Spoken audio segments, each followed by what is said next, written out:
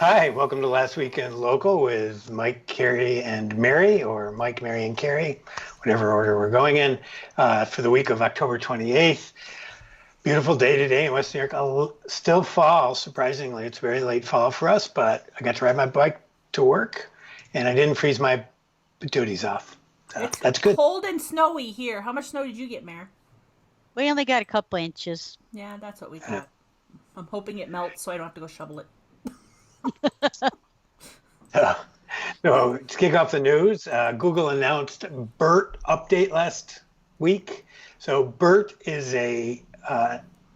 stands for bidirectional encoder representations from transformers. It's a method of, and the technical definition is a method of pre-training language representations, meaning that we train a general purpose language understanding model on a large text corpus and then use that model for downstream tasks that we care about, like answering.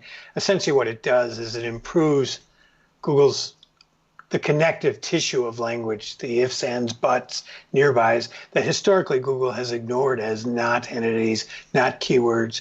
Now they're understanding context through those words, so it can change the meaning of the answer because relationships might change based on what words they used to ignore.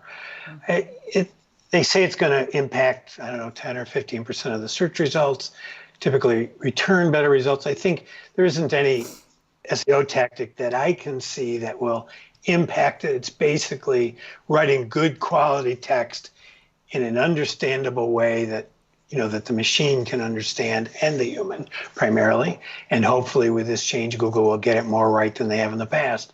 So I think you'll see some shifting in search ranking. You'll see a lot of articles from SEOs. A lot. A lot. And for the most part, I see it as, an improvement of general quality that's largely, it's like, okay, should have happened before, it's happening now, great. But do you have other opinion about it? So you had said in the pre-talk you thought it was going to help Google understand the connector words, the by, if, and, or kind of words to help draw relationships between the entity or the keywords in a query. And I think that makes sense to me from, if we look at EAT, and the authority of the content that's written on the web. And if Google has a better understanding of by, then this piece of content by this authoritative person becomes a better picture for them, if that makes any sense. So I can see some practical applications in why they would want those connector words to be better understood so they could use them. When that would happen, I have no clue. I mean, maybe we'll see that happening as they roll it out. My understanding is it's not done yet. I don't know. Yeah. But that's speculation. Yeah. I would definitely think that there's no penalty piece of this. It's just that the businesses that have done the best job of using natural language on their websites are going to be rewarded. And then the ones who lose ranking it's just because they've been supplanted by someone else. Well, right. That is perceived as more authoritative or better able to answer the specific question based on the nature of the query, right? Right. So remember back when we used to optimize for terms, and the term might be like motorcycle attorney Fort Lauderdale. And people were like, it has to be just like that in the text. And we're like, but that doesn't read right. It doesn't read well. We want to put those filler words in to make it read better. So maybe this is a way for Google to kind of work with those filler words, but to still understand the stuff that's wrapped up around those entities or those keywords that are within that text as well. So, I mean, I think there's a lot of practical application in it for sure. It makes sense to me. It's just kind of a dumb name. I mean, I don't mind Bert, but the mumbo jumbo name was dumb. I didn't get any of it. Yeah. And it doesn't start with a P. Yeah. I think it's likely it was named BERT first, and then they came up with the acronym meaning. Let's put four words together that mean nothing to nobody but so the BERT. The article on Search Engine Land, who was that written by Barry Schwartz, they take it a little bit further than just the connective words. He talks about in a search for do aestheticians stand a lot at work, Google said it would previously have matched the term stand alone with the word stand used in the query. But the BERT model can understand that stand is related to the concept of the physical demands of a job, allowing them to display a more useful response. So I think it probably goes a little bit deeper than just the connector words. It goes to how different terms are used in different contexts. Right, the relationship of the word to the context. Yeah, right. Yeah, I agree. You're absolutely. So. Let's call it PERT. All right. I like the animal. Why can't we had a penguin and we had a hummingbird, even though it doesn't start with a P, and we had a panda? Why can't we have like a platypus or something fun? I will let you ponder that, and you can answer it next week. How's that? I will. I'll have a really good name for it next week. I'll make an acronym out of it even. Good luck. All right. So the four major U.S. carriers have decided to quote unquote join forces to deliver RCS messaging in 2020. RCS is Google's definition of a rich messaging service that theoretically could compete with iMessage. But it has a number of problems. The biggest problem of which is that the standard is optional, so that interoperability of features may or may not take place. And you're dealing with four self-interested entities, AT&T, Sprint, T-Mobile, and Verizon. So while they may get cross-carrier interactive messaging, something like iMessage, then again, they very well may not. So time will tell. Messaging is an area where Google has failed miserably time after time. This is their most recent incarnation of it. And, that certainly, if nothing, not persistent in this effort, but it's not clear, given how loosey-goosey the standards are, that we will have ignition in the next year. We'll see. We'll report back. So, for me, it's important because in reality, messaging is the real social network that people use. It's your loved ones, it's your workers, coworkers, it's your best friends. It's when you're traveling and you're meeting up with somebody.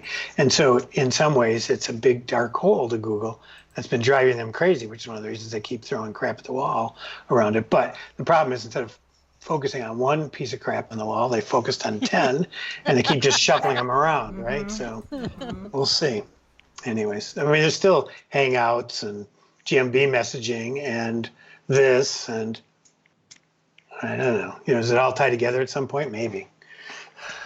Interesting from Marketing Land report from IAB on the first half of 2019 online ad spend. The bulk of the ad spend is occurring in was allocated to performance-based, like 62%. And impression-based declined slightly. Mobile advertising makes sense, is driving the bulk of the digital ad spend, although conversions in mobile are not that good or not as good as desktop. But growth is slowing dramatically. I think that fits with the slowing sales of mobile phones and to some extent entrenched behaviors. We'll see, but it appears that the growth in that area is declining. Although in another report I read that, Google and Facebook have taken up to 70% of that advertising and perhaps even 101% of the growth. So they're getting the most benefit of this. We'll see. Last week we reported about the UPS being approved by the FAA as an airline for drone delivery. And this week they're announcing a partnership with CVS to deliver drugs. Yeah, I guess. I presume that's the main thing. It's like you wouldn't want your shampoo delivered that way, right? It makes sense. You're homebound. You'd want your drugs delivered, but I hope it works out. I'm crossing my fingers that it is, but it just sounds like a horrible idea. I don't know. Maybe it's not. I just could see him dropping somebody's stuff on the wrong house or what. I have trouble getting a lands on the human roof to leave my box inside my garage door instead of leaving it out in the rain. It's like, the door isn't locked, never locked. Told you this 20 times. Still leaves it on the front porch. So yeah, I don't know how the drone's going to do in this. It's interesting. I mean, Amazon's response is to invest massively, and you can see this in their last quarterly report, in same-day delivery. And they are spending tremendous amounts on getting their same-day delivery network up to speed. But it also, as these big guy battles, drone versus same-day delivery, whatever they choose, or all of those, it just points out the difficulty that small businesses will have in terms of the headwinds of competing on price and delivery. I mean, if Amazon's doing same day and CVS and Walgreens is, dropping it off down your chimney or wherever it goes, right. In the gutter? Sorry, can't get your insulin today. It's in the gutter. Right. Well, and I just don't understand how this is going to work, because just last week somebody sent me some wine, and the UPS guy wouldn't leave it here. I had to sign for it. So how are people going to sign for drone deliveries? Don't know. And that would certainly be an issue with drugs right here. Yes. Yeah. You have to sign for your prescriptions. You have to. But it speaks to the turmoil in local, in the last mile of local. I mean, I don't know how all this is going to wash out. I don't know that drones are going to be it. But clearly, as large centralized companies take a look at this market and see opportunity, it's going to disrupt local businesses one way or the other. And I think, as we mentioned in the pre-talk, I think businesses need to be thinking beyond price and delivery, because very difficult to compete on those two fronts. They have to be thinking not just, as you said, customer service, but customer experience, reputation, satisfaction, emotion, all of those things that help make it worth me spending more. What do I get if I spend more? Like an example is we were in Grand Junction this weekend, and I needed a new office chair, and I had been looking at them online, but I wanted to sit in a chair right before I bought it. So we went to American Furniture, because that's the only place to buy furniture around here. And I sat in about 50 different chairs, and I found one I liked. And so then I found it online to see if I could save money, and it was like $3 more, but I got it that day there. Like, I could put it in my car and bring it home. So I paid $3 more, and I brought it home. They took great care of me. They loaded it in my car, blah, blah, blah, blah, blah. So I think when you give people that better experience, they don't automatically think, well, I'm going to buy it on Amazon, or I'm going to buy it online, if they know there's a place they can go where they're going to get treated very well. Yeah, similar conversation with my wife. She ordered tree guards from Amazon because for us it would have meant, a 10-mile drive into Home Depot, schlepping through the parking lot to get the same thing you can get online. But when we need paint and we need to talk to somebody about which paint's going to cover which paint and which colors, we're going to drive to Home Depot and do because they actually have somebody there who knows paint. I agree. That still doesn't make life any easier if you're a retailer. Right. So interesting development on the Google duplex front in New Zealand, where they're rolling out duplex, which is the automatic, AI-driven voice interaction. Mm-hmm. But what interesting part of this test was that they are now using it to an automated call to confirm the business hours during Labor Day and other public holidays. Once confirmed, the times will automatically be updated on Google Maps and search. I thought that was a fascinating use case for them to scale. I'm sure you've been spammed by the Google My Business accounts to update your hours for some bizarre holiday. But now they can do it. They'll do it much more efficiently and be, the voice will say, what are your hours on Labor Day? And whoever answers will tell them. But it's a very straightforward thing. So that's an interesting use case for duplex. I think that's a great use case for duplex, considering like the number of businesses that do update their hours, like the percentage is super small. So Right. So they're going to call the locksmith and say, "Are you really a locksmith?" And the locksmith says, "Sure, I'm a locksmith." "Are you really at that address?" "Absolutely, I'm at this address." Great. They're going to update the listing and we'll be done with it. Right.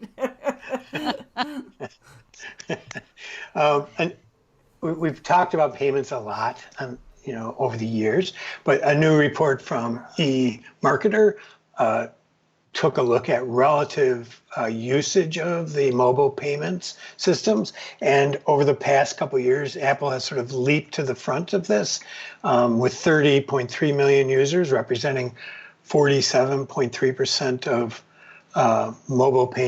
proximity mobile payment users, which is the biggest share by quite a bit. Interestingly, the next closest is Starbucks, the app. They've always been in the lead. This is the first time that Apple surpassed them with 25 million users, 39% of proximity. And interestingly, because Android is a split platform and open source, Google Pay and Samsung Pay each split about 11 million users, coming in third and fourth, respectively, on the mobile pay front, which I just found it's interesting. A lot of businesses waited to upgrade their terminals, and I think you and I were talking ahead of time. I very frequently, I like using Apple Pay, and I have it on my watch. I just hold my watch up and it pays. And places that don't these days, I'm finding annoying. I think we recommended 2 years ago that people update their terminal. Right. Better late than never. Update your terminal. I use Apple Pay, but I also use the Starbucks app because of the loyalty program. I'm there enough that it's totally worth my while. But I load my Starbucks app via Apple Pay on my phone. Like, that's how the money gets into my Starbucks app. So you're using it even though you're using the other one. So I wonder how many of those people that are Apple and Starbucks are both. Do you know what I mean? That'd be interesting. Right. No, Apple's done a good job of creating a cohesive, singular place for payments, airline passes, even my parking pass. When I go to the parking lot at the airport, all that's through my wallet app, which is very convenient, and it makes sense. I'm holding out for Libra. Yeah, you and Mark Zuckerberg.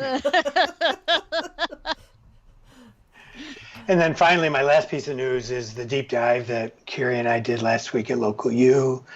We sort of tried to tie together all of the things that Google is doing with images in local search, how they're using their image recognition algorithms to switch up images in the local pack, the new search by photos, as well as in the organic results, where they're delivering images that relate back to the query rather than images that the business has posted.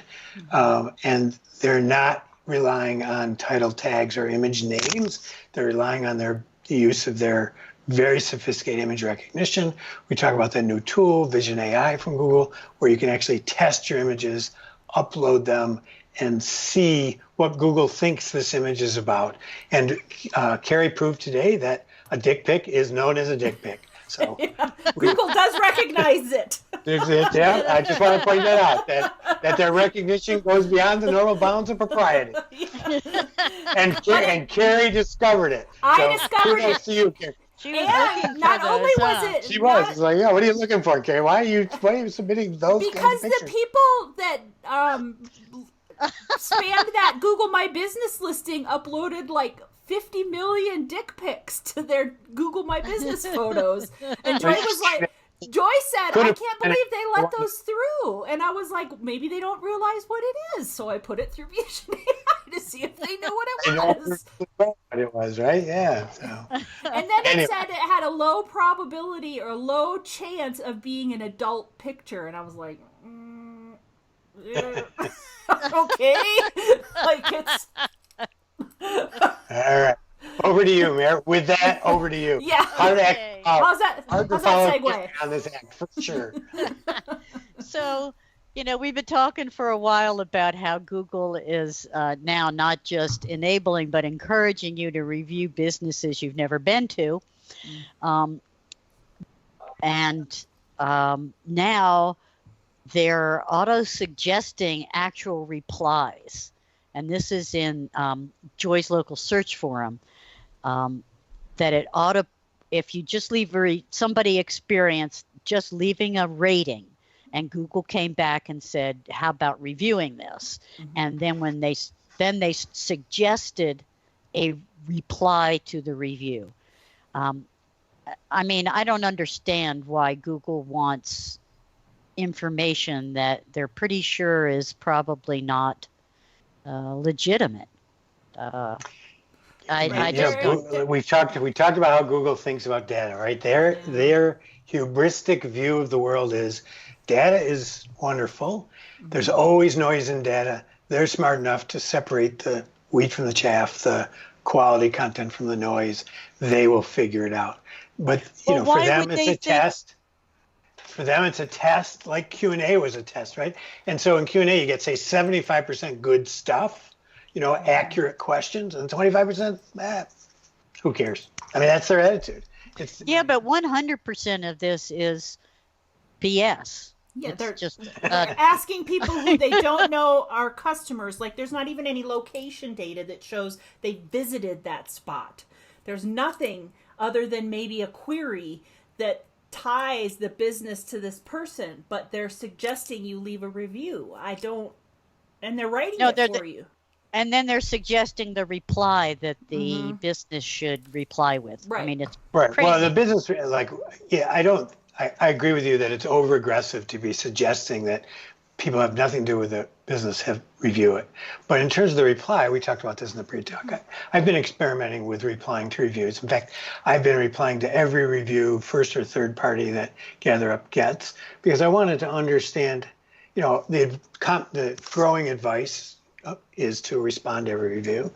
And I wanted to understand how one could do that without appearing to be glad-handing or a bot or an automaton in their response. And so it is difficult, but not impossible to respond to everybody as an individual. And I think Google suggesting responses for a business owner may allow them to speed up their responses while still being true to who they are. But it remains to be seen. Right? So that side of it has potential to help a business. The other side of it, I agree with you, total bullshit. Is that against some rule with the Federal Communication Commission? I shouldn't say that. Is that against the podcast rules? Yeah, the problem is at FCC, it's Apple, apparently, if you swear and they catch you, they'll blacklist your podcast. Whoa, all right, well, we all have different definitions of what swearing is. Yeah, I don't know. I think we probably are okay. We've said bullshit enough. Yeah, I heard about some pre-show I missed with you guys that went viral. Yep, we're proud of it. Yeah, I don't know. So, maybe we checked that box a long time ago. I don't know.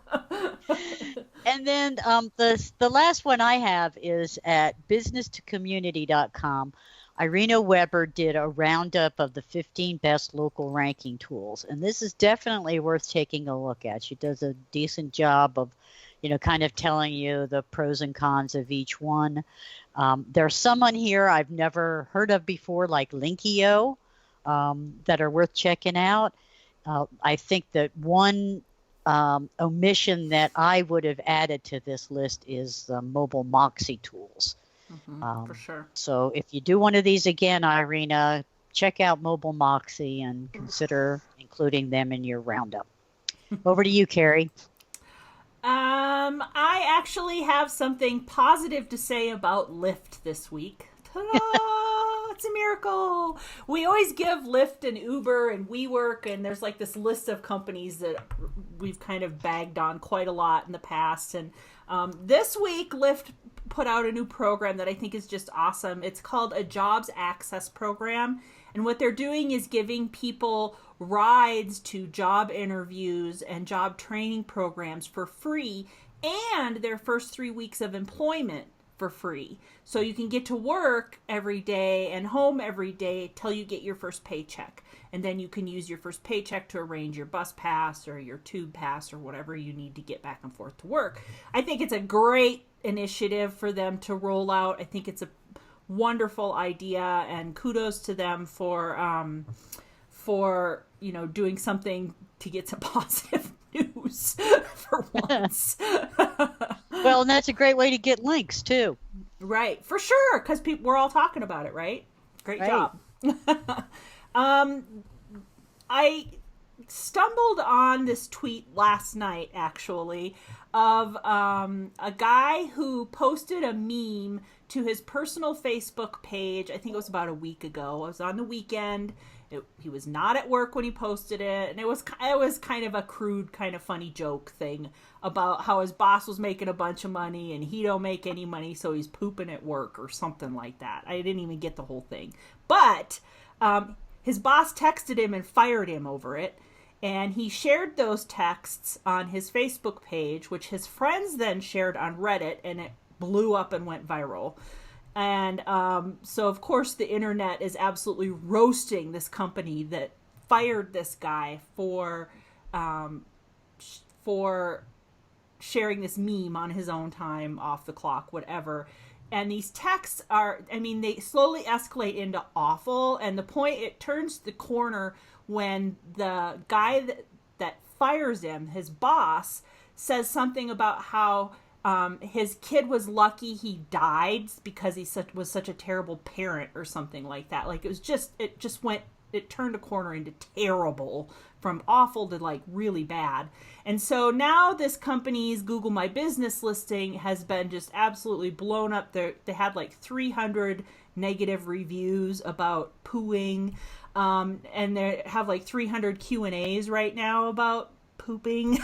It's bad. There were dick pics all over their Google My Business photos. It was really bad. And they've taken, I think, most of the reviews down now, but the Q&A was still there last time I looked a few hours ago. The photos were taken down as well. But it's sort of an example of how things you do can become viral, and don't be an asshole boss, I guess is the moral of the story, right? Well, and I think part of the moral of the story, too, is be careful about what you share on the internet. Right. And don't think that this is private and just that people are not going to see it. Right. If you're not willing to have this shared with the world, do not put it up on the internet. Or text it to somebody who would be inclined to put it on the internet. You're firing him because of this, and you think he's not going to share it with people? That's nuts. And it does open up the conversation about should the general public be able. They were changing like the business name.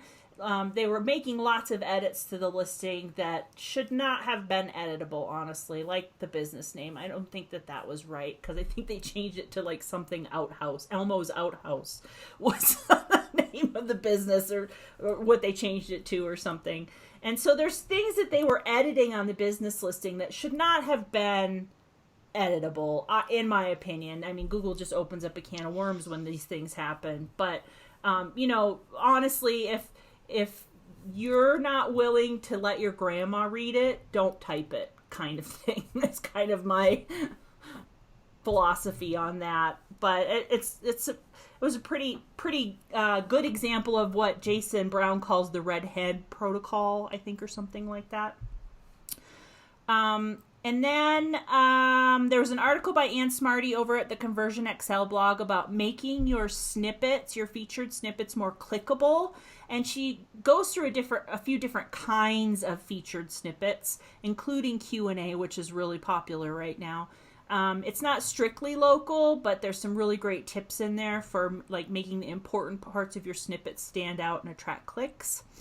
There was a post at the local search forum where people were reporting that a bunch of the Q&A on their My Business or business listing, is that what it's called now? Business listing was disappearing.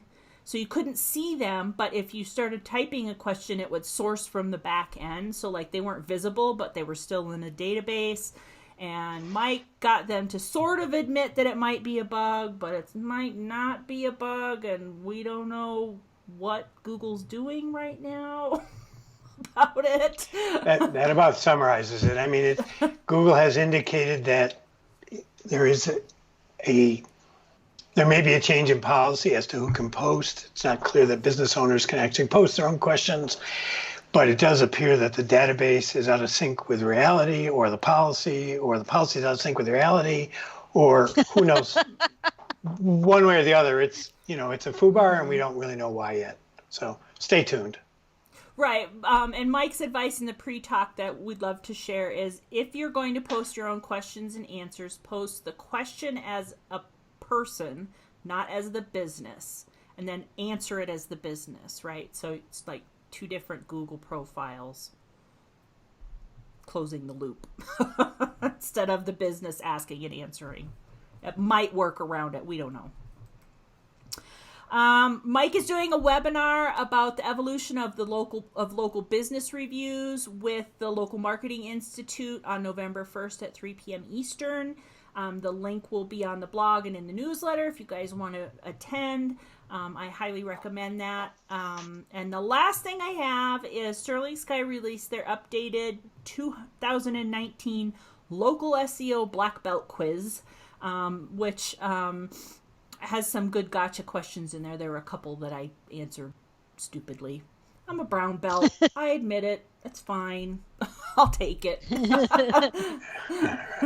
So with that, I just want to thank you for joining us for Last Week in Local. If you're listening to this podcast, want the list, you can join either our email newsletter, or if you want to see our beautiful faces in video, you can see the links and the video at our blog.